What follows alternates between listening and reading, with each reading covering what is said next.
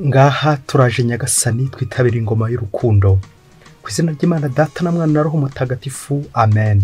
Amahoro bana b'Imana, nimuhumure, Imana iradukunda, ije kudukiza kuri wa gatatu w'icyumweru cya gatatu cy'igisibo, tariki 6 Werurwe 2024. Isomo ryamenye mu gitabo cy'ivugura amategeko, umutwe wa 4, umurongo wa 1, uwa 5 kugeza ku wa 9.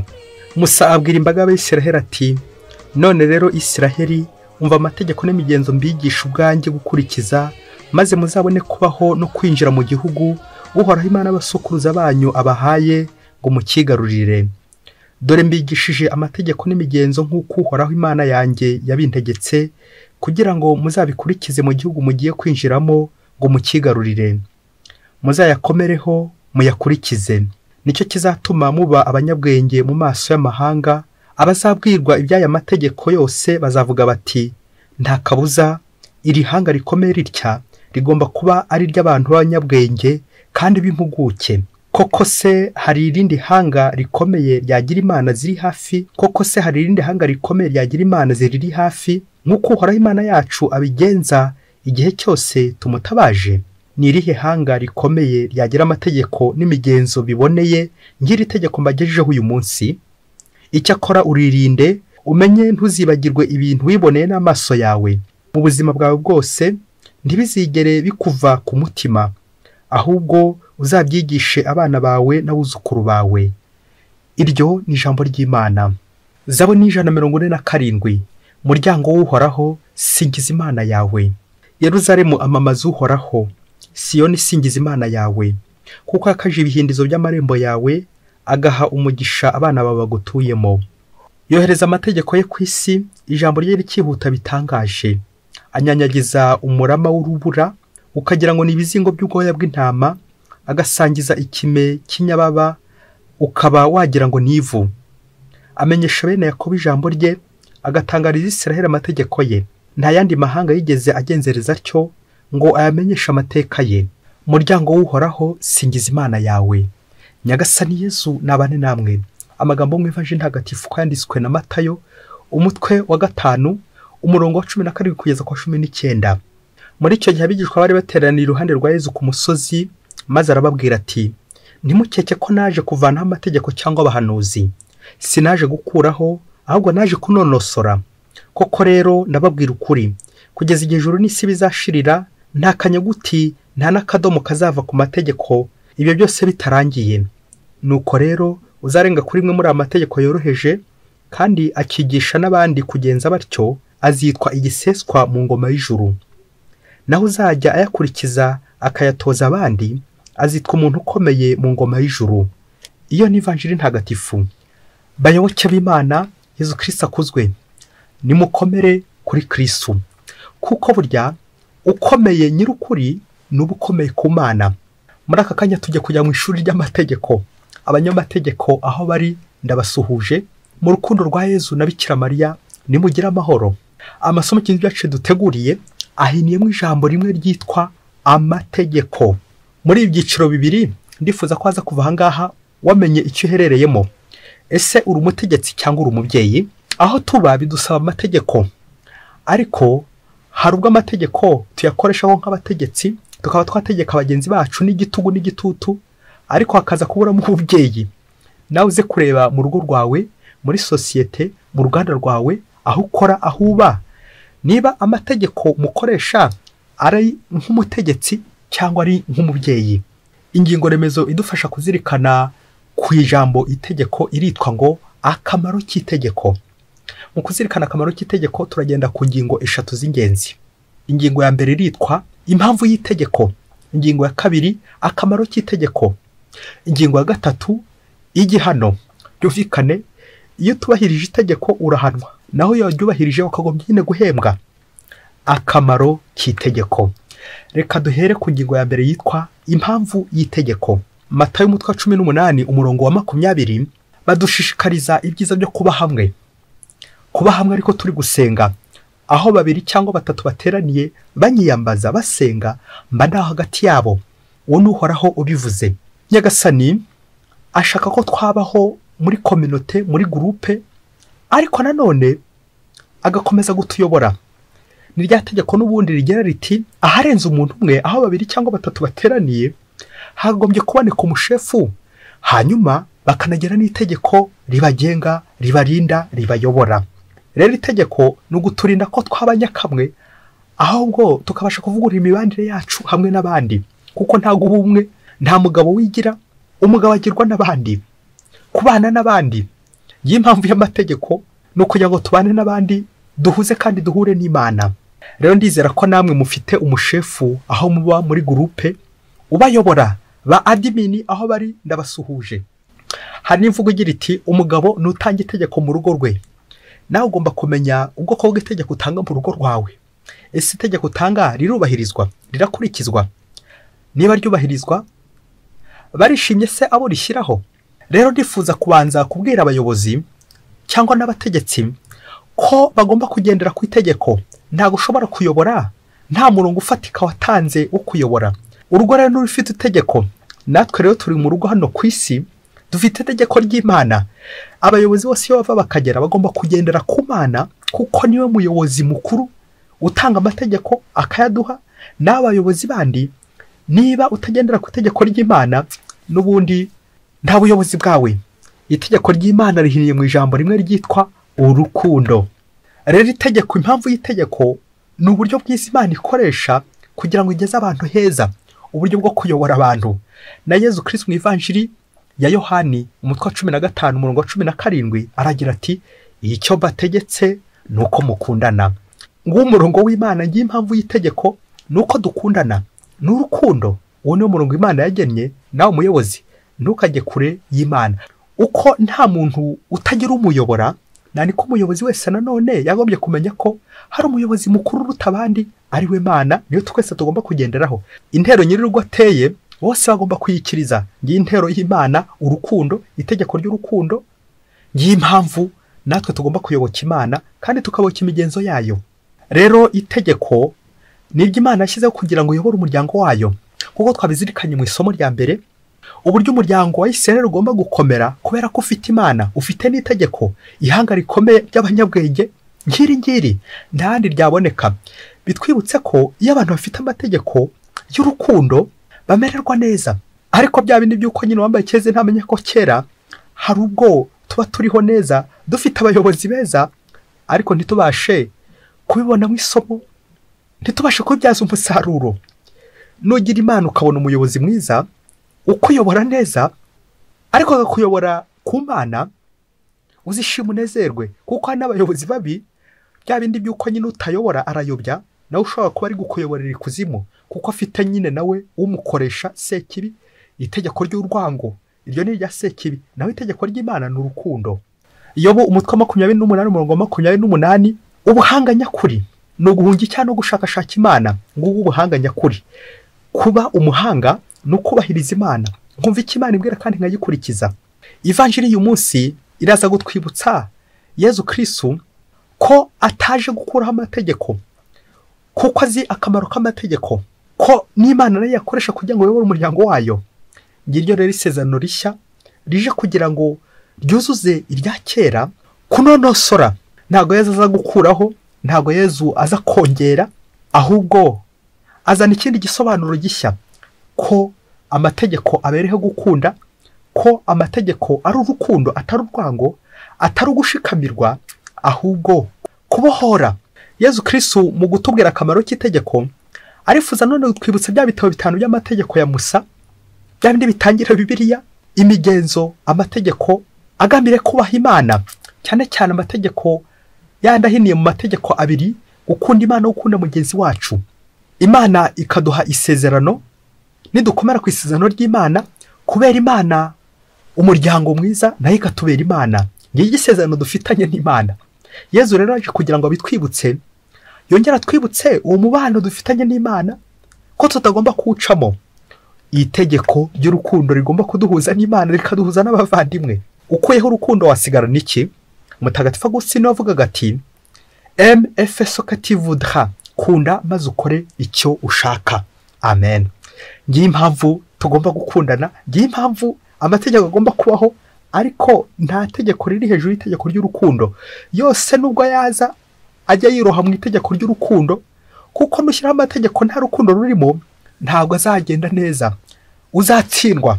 Nyuma yo kumva impamvu y'amategeko, reka tuzirikane ku kamaro k'itegeko ku ngingo ya 2.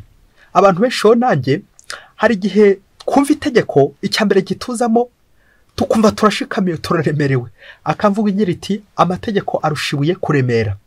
Hari igihe tumva mbere na mbere itegeko ari ukudushikamira, bamwe tukanga abayobozi bacu batuyobora kubera ko twatinya amategeko. Reka rero ejo n'ejo bundi tutazongera kwanga abategetsi bacu, abayobozi bacu, cyangwa tukangisha abaturage abayobozi bacu, kugandisha imbaga twitwaje uburemere bw'itegeko. Tujye kurebera hamwe imimaro 4 y'itegeko, ariko byose bishingiye mu nshinga yitwa gukiza. Burya itegeko ryose rizica uzavuge ko ari ryo kwa Sekibi, naho itegeko ry'Imana nirikiza. N'abantu nabo mu mategeko yabo bashyiriraho abandi bagombye kujya bareba umurongo nyirizina Imana yerekanye, umurongo wo gukiza, kugirira abantu neza, kubohora abantu, kunonosora, gukosora neza, kujyana umurongo mwiza. Imimaro 4 y'itegeko. Umumaro wa mbere, itegeko ribereho kurwanya ikibi, kurwanya akajagari. Burya itegeko ridahari buri wese yajya aryama igihe ashakiye, akabyuka igihe ashakiye, kandi abana mu rugo akarira igihe ashakiye, agakora uko ashaka. Ariko kubera ko haba hariho itegeko ati nyura ahangaha, nyura ahangaha, comme garde fou, kugira ngo akavuyo kose bakarwanye, bagendere hamwe, la synodalité, kugira ngo abantu bungu bumwe bagendere hamwe, bakorere hamwe, kuko inzira yacu ari imwe yo gukora ikiza, kurwanya akajagari. Umumaro wa 2 nuko itegeko ribereho kurengera inyungu rusange. Bitabaye ibyo buri wese yajya kurura yishyira, wagera ahantu hari ikigega cya rusange ugahita ukoramo ukigendera, bakoramo ntabure, ubundi abandi bakabwirirwa, ukagabura ukihereza, ariko abandi bakaza kuburara kuko wikubiye, warengeye inyungu zawe, abandi bawurijwemo. Après moi le délige, nyuma yanjye abandi birabareba. Rero itegeko riza kugira ngo rikwibutse ngo nundi nawe ari inyuma, witonde, kurengera inyungu rusange, kutikubira ahubwo no kureba ku bandi. Itegeko kandi ku bwa 3 ribereyeho kurengera cyangwa kwibutswa uburenganzira ndetse n'inshingano za buri wese. Ikiwemere kugikora, ariko iki ntabwo cyemerewe. Ibi uzabikore, ibi ntukabikore. Ibi birakorwa, ibi nabyo ntibikorwa. Aya ni amahano nyaboneka, ntuzayakore. Gutyo buri wese akazibona aho atagomba kurenga ndetse n'aho agomba kugera akurikije nyine iryo tegeko. Naho ubundi itegeko ridahari buri wese ajya akora ibyo ashaka, ati nta nkubita, nta gihano bampa, nyamara gutarenga inzira. Icyanyuma itegeko ribereyeho nta kindi, nk'uko twanayivuze, ni ugukora icyiza. Icyiza rero nta kindi, ni ugukiza, ni ukugirira abandi neza, ni ugukora ku buryo utaburi gushikamira abandi, ahubwo kubagorora, ukabagorora neza. Nyuma yo kumva impamvu itegeko ririho ndetse n'ibyiza by'itegeko, akamaro k'itegeko, reka dusoreze ku ngingo ya 3 yitwa igihano. Ariko burya igihano bundi cyagombye kuza ari igihembo. Igihano kiza kugira ngo kinyibutse nawe gikwibutse ko twarengereye. Iyo warenze ku itegeko nyine urahanwa, ariko nanone iyo kurikije itegeko nturisuzugure, ukaryubaha, rigakugira neza, ntabwo wihana gusa, ahubwo uranahembwa.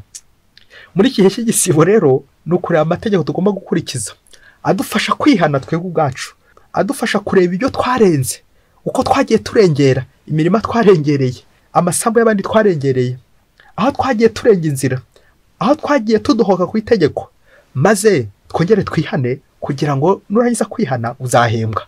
Nukora neza uzahembwa, nukora nabi uzahanwa.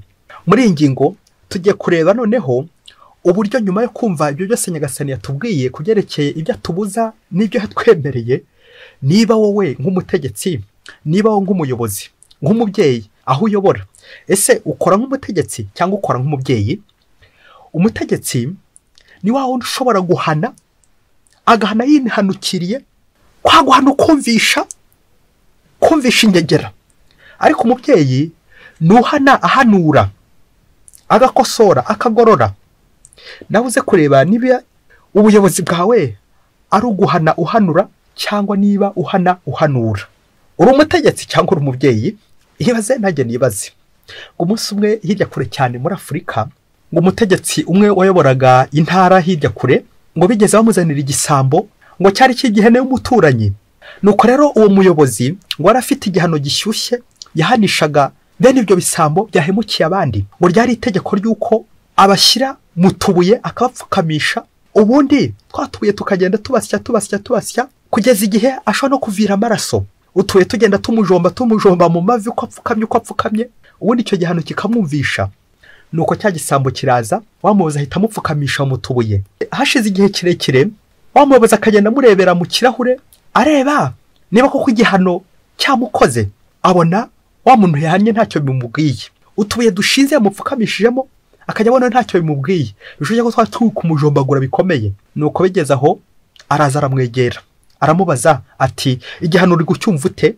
Ababyeyi mwumve ako gashinyaguro, igihano uri gucyumva ute? Nuko cya gisambo bari bapfukamishije kiti nibyo koko ndapfukamye, wamfukamishije ariko umutima wo urahagaze. Nuko wa muyobozi ngaho nawe tekereza, uri umuyobozi bakagusubiza batya wakora iki? Ari wowe watekereza ko umuyobozi yagize ubwoba cyangwa yagize umujinya, ubwoba bw'uko umutima ushobora kuba wahagaze, ko agiye gupfa cyangwa ko ari kugira umujinya kubera uko nk'uko asubijwe. Nuko wa muyobozi ngo guhera ako kanya ahita arakara bikomeye cyane, arabisha aratangira atukana ati yimbwa isuzuguye bene aka kageni itari kumva igihano, ni nkimbwa nyine yandi tumva umuruho irasuzuguye. Wa mutegetsi abonye ko wamusuzuguye afata ibuye rinini noneho arimushyira ku mutwe, n'utwo tubuye turi kugenda tumuhandahanda. Ntuze kumbaza uburyo amaraso yakomeje atemba hafi aho ngaho, n'uburyo yakomeje kugenda arira ashirira imbere icyo gisambo ati ndapfukamye ariko umutima wo urahagaze. Bayoboke b'Imana, Yesu Kristo akuzwe.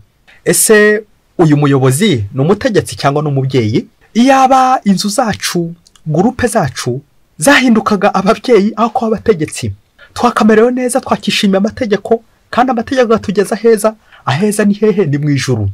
Reka tuzirikane ibintu bitatu kuri iki gihano cy'iki gisambo, nawe ukomeze urebe niba ubuyobozi bwawe ari ubutegetsi cyangwa niba ari ububyeyi. Icya mbere reka tuzirikane guhana, igihano, guhana wihanukiriye. Umuhanga nawe yavuze ati iyo abayobozi bahana babanzaga kumva ku gihano bagiye gutanga bagahise baba ababyeyi. Ese muyobozi wowe waguha igihano cyo gupfukama mu tubuye dushinze, amacupa ashinze, wabishobora? Kuki yose ugihereza abandi? Ese ubutegetsi bwawe urahanura abantu cyangwa urabahanura? Ese igihano cyawe ni ukugira ngo abantu bikosore bigorore cyangwa ahubwo uri kubagoramya? Ukomeze ujye ubyibazaho urebe icyo amategeko yawe utanga abereyeho. Ese uracyahuza n'Imana cyangwa atangiye guhuzagurika kubera ko uri gutegeka gusa, uri guhanura gusa, guhanura abantu bikaza kurangira amaraso ari gutemba? Kongere turebe ibihano byacu niba tutari guhanura abantu natwe. Igihe kabiri twazirikana kuri iki gihano cy'iki gisambo ni imvugo y'umuhanga wagize ati umuyobozi utanga itegeko ntarikurikize aba ameze nk'umurozi utanga uburozi kuko atazigera aburyaho. Nguko abayobozi bamwe na bamwe batanga amategeko nk'abakora ikiraka, abamerisoneri, abacanshuro kugira ngo buzuze akazi kabo. Nibwo rero bizarangira rya tegeko rigatwuzurizaho twese, amategeko arusha amabuye kuremera, ugasanga twagiye turemerera abo dushinzwe, aho ko umunyampuhwe nabaye umunyamategeko, guhora ntegeka kandi yewe iryo tegeko ntaryubahiriza. Nabyo umuhanga yavuze ati ngo ese mwari muzi impamvu ruswa zidacika mu bihugu byacu byo hirya kure cyane? Nuko ngo burya dutanga itegeko ryo kurwanya ruswa, ariko ngo ababi bahekenya ruswa burya kenshi abari babandi b'indani. Muyobozi watazi itegeko ryo guca ruswa mu karere kawe? Ese wowe waretse kujya uyirya? Ako kantu umubyeyi, impamvu ruswa idacika nuko abashishikaza kuyirwanya ari nabo bayirya cyane kurenza abandi. Niba utanze itegeko ukaba uwa mbere mu kuryubahiriza, iryo tegeko rizaryohera abo urihaye kuko rizaba ari ryo gukiza nyine. Ariko se niba ari ryo kwica, ugahanira kwica abandi gusa, uzarokoka wenyine? Uzabana nande muri ubu buzima? Abandi uzabahana bapfukame, wowe usigara uhagaze. Ndapfukamye ariko umutima urahagaze. Icyaga twazirikana inshinga yo kudohora, koroshya, kunonosora, gukosora. Yezu nawe ntago akuraho amategeko kuko azi neza agaciro kayo, rya tegeko ry'urukundo. nujya guhana mubyeyi uzakosore. Akamvugo kiratini gira iti qui ben amat ben castigat, qui aime bien châtie bien. Ngukunda uranamukosora, erega uranamuhana umuhanura, ukamugorora umugoragoza aho kumugoramya. Ngira irya tegeko ry'imbere rigomba kuba rishinze imbere yacu mu mutima nama wacu, itegeko ry'imbere, itegeko ry'urukundo, guhura n'Imana, namara guhura n'Imana ngahura n'abavandimwe banjye. Nawe rero umuyobozi ugomba gukora ku buryo amategeko yaruhura bawe, yaruhura bushinzwe, bakamererwa neza, bagakira. Kuko ikimande dushakaho twese ni umukiro, nuko twakira ariko tukanakiza n'abandi. Bityo mugabo, mugore, muyobozi, mutegetsi, aho uri hose aho uyobora, ujye unabaza bushinzwe ati harya mumerewe mute? Wasanga amategeko mbashyiraho ari ukubahandahanda, mukaba mupfukamye ariko umutima uhagaze. Byakumarira iki kuyobora abantu bahamutse, umutima wahagaze, kandi ko bakumviye bagapfukama n'ibyo, ariko we uracyakomeza kugenda ubahandahanda. Nyagasani umuyobozi mukuru waduhaye amategeko y'urukundo, nawe naza azakubaza uko wagenjereje aho yagutumyeho. Ese uri umutegetsi cyangwa uri umubyeyi? Ukomeze ubyibazeho. Nyagasani arifuza ko wamuyoborera neza, ukamuhagararira aho yaguhaye ubutumwa, aho yagutumye. Mwese Imana ibahe umugisha. Imana Data na Mwana na Roho Mutagatifu. Amen. Padiri Masumbuko Ladislas wa Diyosezi ya Cyangugu.